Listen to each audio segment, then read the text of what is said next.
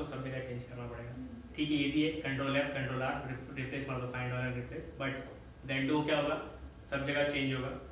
आपने base URL में change किया, कांस्टेंट बना दिया बेस यूआरएल, उसमें चेंज किया तो सब जगह ऑटोमेटिकली चेंज हो जाएगा। तो आपके ऊपर आप कितना मॉडल उसको करते हो। ठीक है, और कुछ डाउट एजेक्स कॉल में? अभी देखो कैसा है ना, वो अभी आप बैकएंड बना नहीं है, चल रहा है ट्रेनिंग। सेकेंडली मैंने भी आपको जेसन्स दिए नहीं है, वो भी है मेरे यहाँ से पेंडिंग है, ऑलमोस्ट मैं ट्राई करता हूँ कल देने का।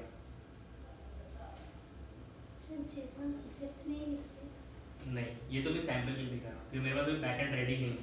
ठीक है, आपने कहीं और भी लिखा हो तो नो प्रॉब्लम, वहाँ से आपको पाथ उठा के देना पड़ेगा इसको। हाँ चलो। हाँ, तो अब यहाँ क्या होता है मैं बताता हूँ। जब भी आप ये रन करते हो लोकली, तो क्या करता है, www फोल्डर में ना ये बनाता है कंपाइलेशन। आपके यहाँ कोई जेएस वेएस दिखेगी, सिर्फ टीएस फाइल एक भी नहीं दिखेगी, कंपाइल करता है टीएस को। तो ये असेस इसका या हाँ। सोर्स फाइल का है? यहाँ का है। यहाँ का है? हाँ। ओके। एक्चुअली उठा यहाँ से रहा है वो। मतलब क्या असेस में तो उनके एक पिक्चर डाल देते हैं। हाँ, तो क्या होता है ना बाय डिफॉल्ट, अभी अगर आप देखोगे ना एक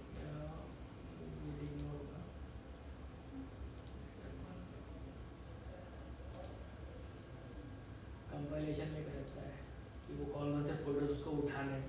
तो क्या करता है, बाय डिफॉल्ट एसेट्स की एंट्री होती है उस फोल्डर उस फाइल में। तो क्या करता है, एसेट्स एज इट इज उठा के फोल्डर यहाँ डाल देता है।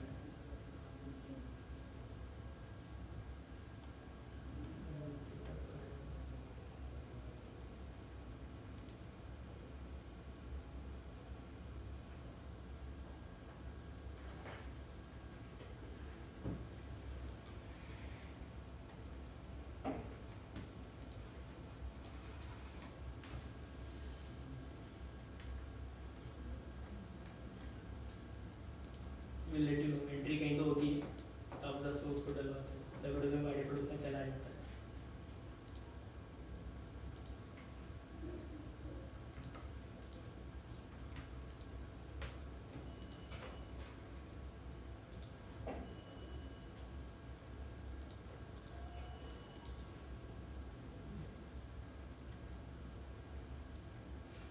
तो आपने यहाँ जो भी एसेट्स में डाला होगा ना, उतना सब वहाँ चला जाता है www से। एक्चुअली चलता लोकली यहाँ से।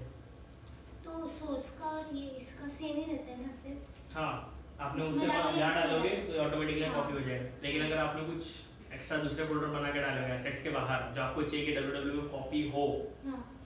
तो क्या होगा, कंपाइलेशन होने के बाद आपको मैन्युअली तो पेस्ट करना पड़ेगा। सेकेंडली इसकी एंट्री एक्चुअल कहीं तो होती है, आई डोंट नो, मेरे को आपको बताना पड़ेगा, देखता हूँ मैं ढूंढ के। एक इसमें एक्चुअली ये एंगुलर कॉन्फिग या टीएस कॉन्फिग डोंट नो, इसमें तो उसकी एंट्री होती है कि ये फोल्डर उठाने हैं उसको। सब दो दो क्यों बनाए मतलब असेस? क्या?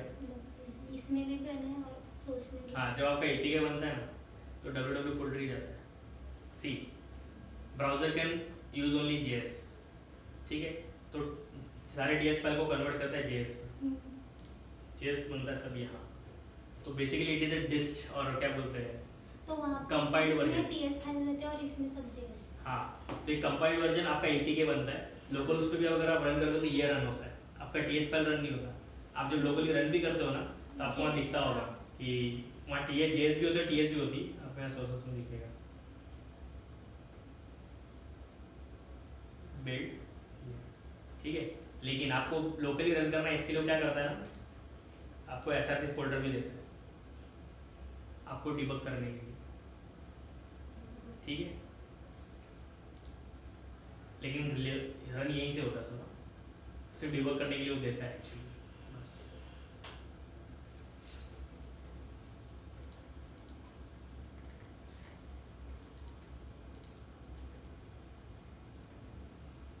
चलो थोड़ा आरएक्सएस बता देता हूँ, मेरे को मालूम है थोड़ा बाउंस ही जाएगा ये वाला part.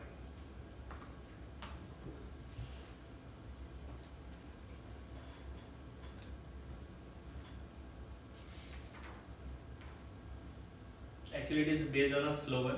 For each and every action, there is an equivalent opposite reaction. Newton's law, I think so. तो ये उस पर एक्चुअली वर्क करता है। बहुत सारे इसके क्लासेस है, बट कैसे क्या होता है, ये पूरा का पूरा वर्क करता है ऑब्जर्वेबल्स पे ही सिर्फ, और कुछ नहीं। एक टाइप का वॉचर है, बस आपको उसको सिर्फ लिसन करना है। तो याद रखना ऑब्जर्वेबल और डॉट सब्सक्राइब ये यूज़ होना ही है।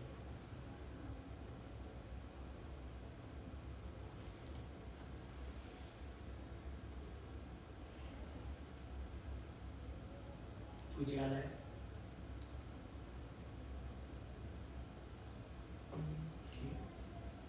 टीएस में कैसे लिखते थे? क्लिक और वो फंक्शन का नाम जो कंपोनेंट है। आरएचएस में लिखना हो तो प्योर आरएचएस, तो टीएस अभी बात नहीं कर रहा। नॉट ऑब्जर्वेबल फ्रॉम इवेंट वो button comma click, HTML tag का नाम या फिर रेफरेंस एंड उसका इवेंट डॉट सब्सक्राइब, और उसको लिसन करेगा और ये प्रोसेस करेगा। ये प्रोसेसिंग पार्ट है जो आपने यहाँ लिखा था वो यहाँ, ठीक है।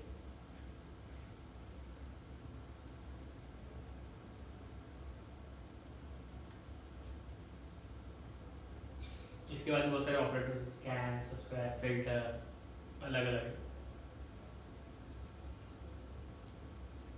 मेरे को काउंट बढ़ाना है, जितने बार क्लिक करते उतने बार उसका काउंट बढ़ा है। यहाँ क्या होगा, काउंट को बढ़ा दिया और सब्सक्राइब,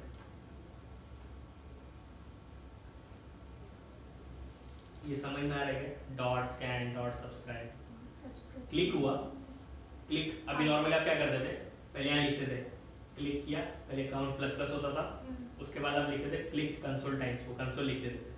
अब यहाँ उसने क्या किया, इवेंट क्लिक हुआ, उसने उसको पहले स्टेटमेंट लिखा स्कैन के अंदर। स्कैन इन शॉर्ट क्या करता है ना, वो वेरिएबल्स को प्रोसेस करने के लिए देता है, उसके बाद उसको लिसन करता है, ठीक है। नहीं सर गारंटी मुझे नहीं समझ। अच्छा, ऑब्जर्वेबल और सब्सक्राइब तो समझ रहे हैं ना, लिसनर होता हूँ, ठीक, बहुत हो गया उतने मेरे ही। वो डॉट डॉट करके वो फंक्शन से वो चला रहा है ना, चेन फंक्शन। हाँ, चेनिंग फंक्शन है वो। बट याद रखना कुछ भी लिखो लास्ट में सब्सक्राइब तो लिखना ही है। वो सुरेश ने इसलिए जोड़ा इसमें सारे एपीएस करके दिया ना बैक ऑफिस वाला, पीएनएल पीएनएल से मेल था ना उसका कि वो सेशन आईडी वैलिडेशन डाल दिया उसने। कौन सा? ये चेक कर उसका मेल था। ठीक है, चलेगा, मैं चेक कर रहा हूँ।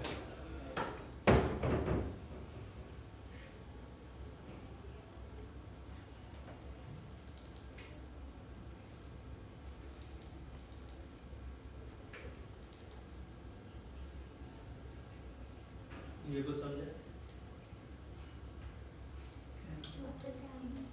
यहाँ क्या कर रहा है वो, क्लिक हुआ, अगर अब बी के टाइम से last click is greater than the rate is मेरा 1000, तो मैं क्लिक को इंक्रीमेंट करूँगा, ठीक है। और लास्ट क्लिक का सेकंड होता कब लास्ट में क्लिक हुआ था, सो विद इन 1 सेकंड वो क्लिक ना कर सके, उसका प्रोसेसिंग ना क्लिक किया तो भी विद इन 1 सेकंड। यहाँ क्या किया, event throttle time scan subscribe. Throttle time क्या होता है, प्रीवियस क्लिक और अभी क्लिक का डिफरेंस कम से कम इतने टाइम का होना चाहिए, तो उसको एक ऑपरेटर है थ्रॉटल टाइम, उतने टाइम के लिए स्टॉप हो जाता है, तो ये लिसन नहीं करेगा उतने टाइम तक, लिसन नहीं करते प्रोसेस नहीं होगा बाय डिफॉल्ट। तो जो इफ कंडीशन थी उसको ऐसे लिख सकते हैं, कोडिंग इजी हो जाती है, but you need to know कि कौन सा ऑपरेटर कब यूज़ करना है। एक्चुअली आपने एक यूज़ किया था सेट टाइम और मैंने एक बताया था, सेट टाइम और सेट इंटरवल आपने देखा है, सेम उसी तरह वर्क करता है, बट सेट टाइम मोड एक पर्टिकुलर सेकंड के बाद चलता है, बट सेट इंटरवल हर उतने टाइम के बाद चलता है। मैंने दिया सेट इंटरवल 1000, तो हर एक 1000 मिली सेकंड के बाद चलता रहेगा, अनलेस एंड अनटिल खुद से स्टॉप करते हो तो।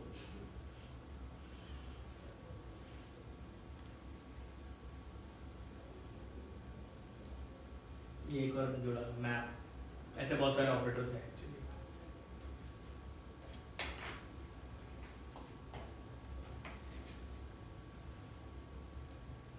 प्रॉमिस यूज किया किसी ने? नहीं किया होगा, जो प्रॉमिस यूज किया तो मैं बता सकता था डिफरेंस प्रॉमिस और ऑब्जर्वेबल क्या होता है एक्चुअली, ठीक है। कोई बात नहीं, किसी को ज़्यादा समझना हो इसको तो you can refer this site. RxJS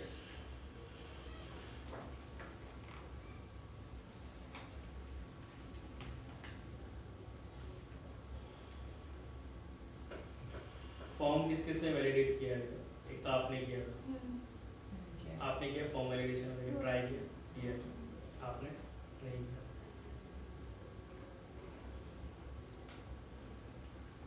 इतना याद रखना, अभी आप जो भी चीज़ करोगे ना, याद रखना, एक तो फर्स्ट ऑफ ऑल उसकी एंट्री होगी एनजी मॉड्यूल में, फॉर्म मॉड्यूल हो, रिएक्टिव फॉर्म मॉड्यूल हो, तो उसकी एंट्री होगी। अब आगे से कोई भी मॉड्यूल होगा प्लस उसकी एंट्री इंपोर्ट्स में तो होनी है, ठीक है।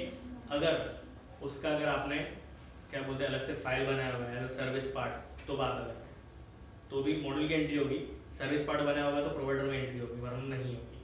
हाँ, तो नॉर्मली हम फॉर्म या फिर रिएक्टिव फॉर्म मॉड्यूल ये यूज़ करते हैं, तो हम सिर्फ कंपोनेंट नहीं यूज़ करते हैं, तो उस कंपोनेंट की एंट्री हम करते हैं बस, ठीक है। डिक्लेरेशन एंट्री कंपोनेंट में बस।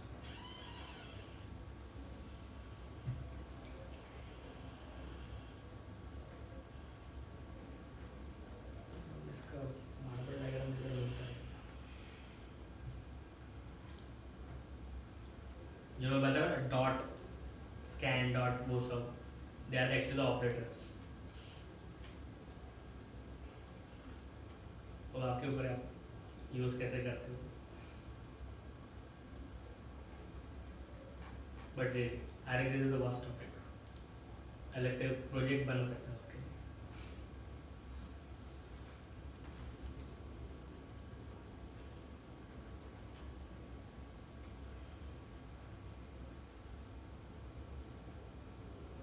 और एक और आपने जितने भी डॉट सब्सक्राइब लिखे होंगे उसको डॉट अनसब्सक्राइब भी लिखना रहता है, ठीक है। एक बता देता हूँ एग्जाम्पल, ज़्यादा नहीं।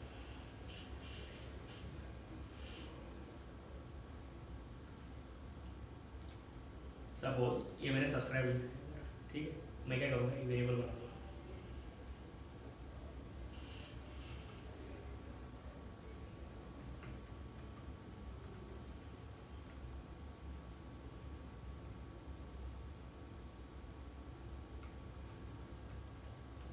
इसका टाइप होगा सब्सक्रिप्शन, RxJS के अंदर है।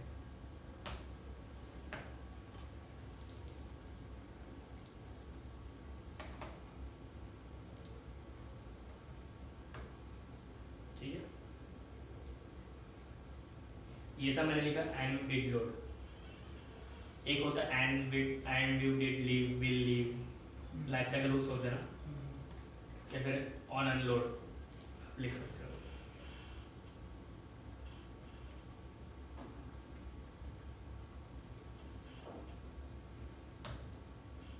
कभी आएगा अनसब्सक्राइब करने से पहले एक बार चेक करना, अगर है तो ही दिस डॉट अनसब्सक्राइब। ये बताता हूँ क्यों। नॉर्मली हमारा कैसा होता है ना, हम एक ही पे बहुत जगह कंपोनेंट्स का यूज़ नहीं करते, ज़्यादा से ज़्यादा कंपोनेंट्स में हम यूज़ नहीं करते। बट अगर सपोज कभी ऐसे यूज़ किया है, तो मैं बोला था ना स्टैक में 2 पेज है, यहाँ से कॉल इसने लिसन किया, इस पर पुश किया, इसने कॉल किया, इसने लिसन किया, इसने भी लिसन किया, तो ये सब्सक्रिप्शन दोनों जगह चल जाएगा। तीसरा पूछो तो तीनों पे चलेगा, बट अब 3 पेज है, मैं नीचे वाला रिमूव कर दिया, अब मैंने कॉल मारा तो ये भी लिसन करेगा, भले है नहीं लेकिन लिसन करेगा, ये उसका प्रोसेसिंग भी करेगा। तो ये बचाने के लिए, बिकॉज यहाँ से क्या होगा, मेमोरी लीक हो जाएगी, क्योंकि है नहीं मेमोरी में लेकिन फिर भी ये काम कर रहा है, ये मेमोरी कंज्यूम कर रहा है। दैट्स वाई हम अगर ये लिखते हैं तो क्या होगा, जैसे वो लीव करेगा या फिर जो वो पेज अगर डिस्ट्रॉय हो गया, अब वो लिसन करना बंद कर देगा। तब मेरे पास 2 लिसनर है जो एक्टिव है, ठीक है। पेज भले डिस्ट्रॉय हो जाए बट उसका लिसनर रह जाता है, इसके लिए you need to have unsubscribe. अभी आपके ऊपर है कि आप उसको कब अनसब्सक्राइब करते हो, will leave, will did leave या फिर did unload. Did unload is automatically destroyed, पूरा डिस्ट्रॉय हो चुका है। विल लीव और ये क्या होता है, स्टैक में है तो भी ये कॉल हो जाएगा, बिकॉज इसके ऊपर एक पेज पुश हुआ ना तो ये लीव वाला कॉल हो जाता है, विल लीव और डिड लीव। बट ये पूरा रिमूव हो गया तो ही अनलोड कॉल होता है, ठीक है। अब स्टैक में है, ये 2 कॉल हुए, स्टैक से निकला तो तीनों कॉल हुए, बस 2 मिनट आएगा, हो गया, ठीक है। तो आपके रिक्वायरमेंट के ऊपर आप इसको कब अनसब्सक्राइब कर दें, लेकिन करना जरूरी है, ठीक है। अब कैसा होता है ना, ज़रूरी नहीं एक एक कंपनी के अंदर एक से ज़्यादा API कॉल हो सकती है, तो आप हर एक के लिए ऐसा सब्सक्रिप्शन बनाते बैठे तो बहुत टाइम जाएगा। हम क्या करेंगे, इसको कुछ आइडिया आ रहा है, हम क्या करेंगे,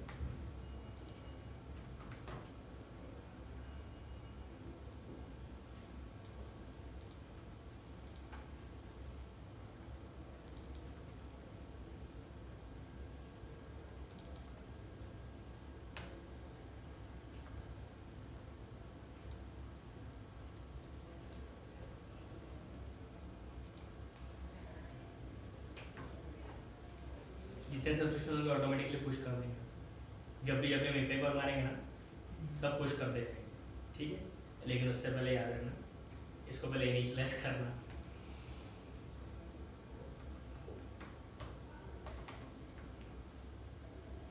ठीक है, अब ये पुश होगा। अब क्या करना है, ये तो रखना है,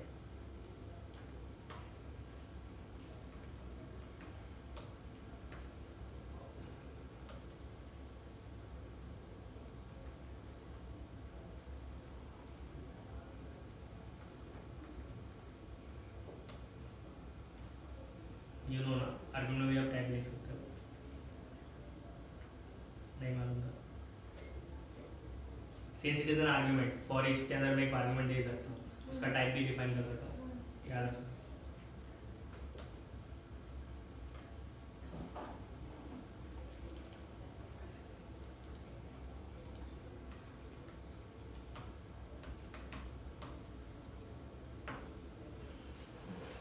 जितने भी API कॉल हमारी होगी ऑटोमेटिकली सब आंसर हो जाएगी, ठीक है। तो दीज आर डिफरेंट वेज, अब आपके ऊपर है, आपको वेरिएबल बना के डालना है या फिर ऐसे करके डालना है।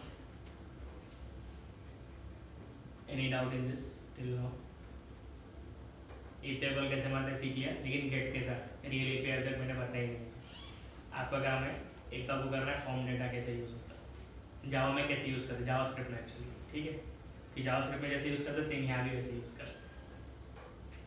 फिर रिस्पॉन्स हेडर रिक्वेस्ट हेडर देखना है, ng फॉर और कैसे यूज़ हो सकता है आपके यहाँ से वो देखना है। सब्सक्रिप्शन API कॉल्स, ठीक है, तो अभी आप चाहिए तो एक बनाना शुरू कर दो प्रोवाइडर, और उसको इंपोर्ट कैसे करना हो सब देख लो, ठीक है। अभी के लिए इतना काफ़ी है, लंच के बाद शायद मैं वापस बैठूँ, ठीक है।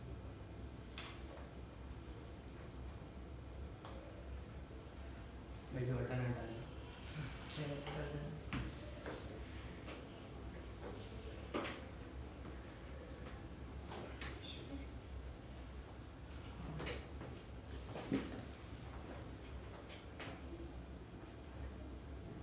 स्टॉप कर देना है।